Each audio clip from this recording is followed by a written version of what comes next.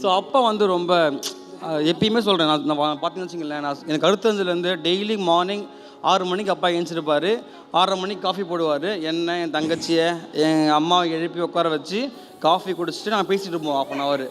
அப்புறமா தான் அடுத்த வேலைக்கு நான் பார்க்க ஆரம்பிப்போம். இது ரெகுலராக 1 வருஷம் 2 வருஷம் கிடையாது. நான் வளர்ந்த வரைக்கும் தான் நடந்துச்சு வீட்டில்.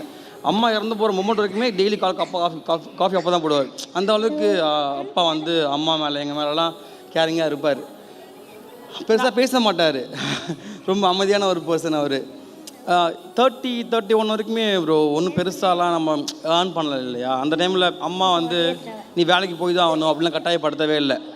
ஸோ நான் லைஃப்பில் சக்ஸஸ் பண்ணதுக்கான முக்கியமான காரணம் வந்து எங்கள் அம்மா. அதுக்கப்புறமா தான் இவங்க எல்லாமே வருவாங்க. ஒரு இடத்துல கூட நீ வேலைக்கு போய் தாண்டா ஆகணும் அப்படின்னு கட்டாயப்படுத்தினே இல்லை. எனக்கு கல்யாணம் ஆகி 2 குழந்தை பிறக்குது இல்லை, அந்த குழந்தைக்கான செலவு கூட எங்கள் அம்மா தான் பார்த்தாங்க. அந்த மொமெண்ட் எங்கள் அம்மா தான் பார்த்தாங்க.